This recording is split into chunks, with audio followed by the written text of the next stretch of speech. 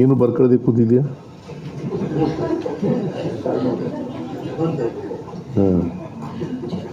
ಒಂದು ಅವ್ರು ಇದ್ದ ಜಾಗದಲ್ಲೇ ಕೆಲಸ ಸಿಕ್ತಿತ್ತು ಅವ್ರಿಗೆ.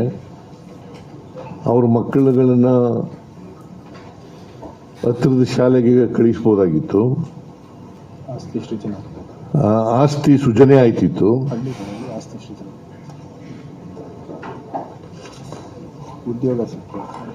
ಆಮೇಲೆ ಅವ್ರಿಗೆ ಉದ್ಯೋಗ ಸಿಕ್ತಿತ್ತು. ಆಮೇಲೆ ಉದ್ಯೋಗ ಕೇಳಿ ಪಡಿತಕ್ಕಂಥ ಹಕ್ಕು ಅವ್ರಿಗಿತ್ತು. ಇವರು ಹಿಂದೆನೇ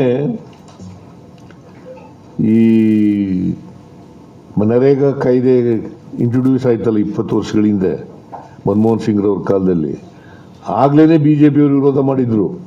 ಏನು ಬರ್ಕೊಳ್ಳದೆ ಕೂತಿದ್ಯಾ?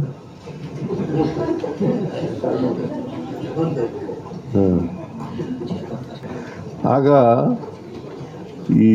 ಇದನ್ನ ಈ ಫುಡ್ ಫಾರ್ ವರ್ಕ್ ಅಂತ ಇತ್ತಲ್ಲ, ಫುಡ್ ರೈಟ್ ಇತ್ತಲ್ಲ, ಸ್ವಾವಲಂಬನೆ ಮಾಡ್ತಕ್ಕಂಥ ರೈಟ್ ಟು ಫುಡ್.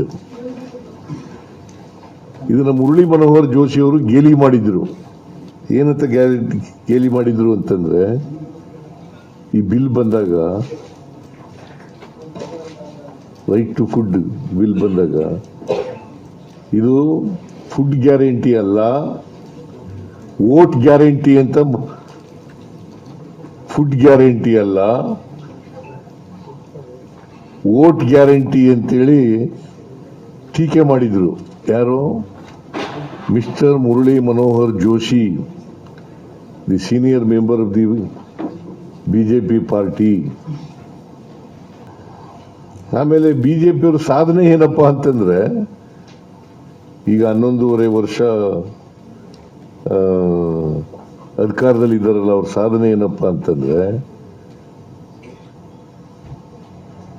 ಯೋಜನೆಗಳನ್ನ ಹೆಸರು ಬದಲಾಯಿಸೋದು.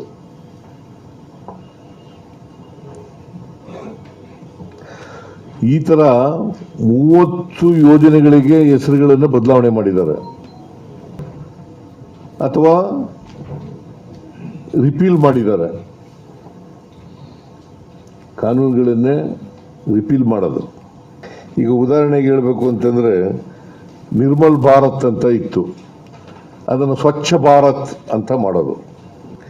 ಇಂದಿರಾ ಆವಾಸ್ ಯೋಜನೆಯನ್ನ ಪ್ರಧಾನಮಂತ್ರಿ ಆವಾಸ್ ಯೋಜನೆ ಅಂತ ಮಾಡೋದು. ಪಂಚವಾರ್ಷಿಕ ಯೋಜನೆಯನ್ನ ಎಂಥದ್ದು,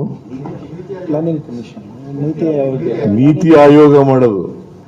ಈ ರೀತಿ ದೇಶದ